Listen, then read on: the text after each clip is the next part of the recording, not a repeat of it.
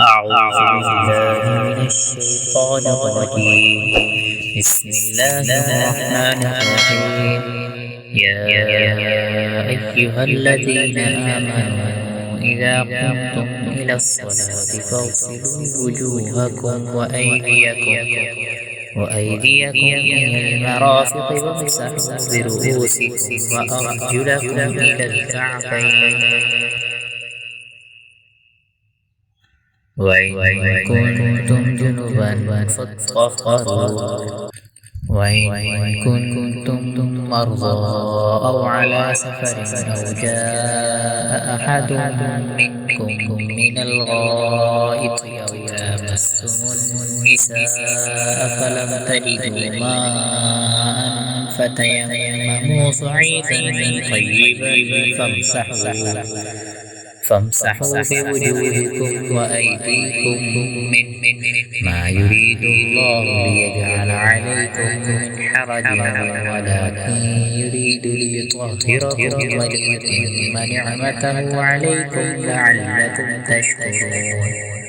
واذكروا نعمة الله عليكم وميثاقه الذي واثقكم به إذ قلتم سمعنا وأطعنا واتقوا الله إن الله عليم بذات الصدور.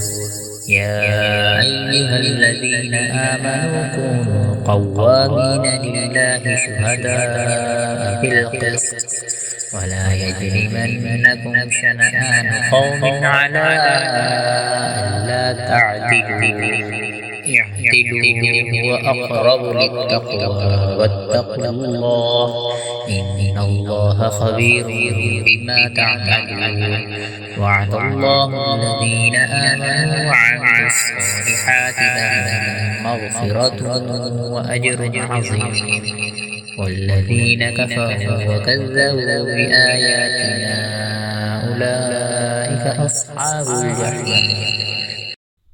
يا أيها الذين آمنوا اذكروا نعمة الله عليكم إذ هم قوم أن يبسطوا إليكم أيديهم فكف أيديهم عنكم واتقوا الله وعلى الله فليتوكل المؤمنون.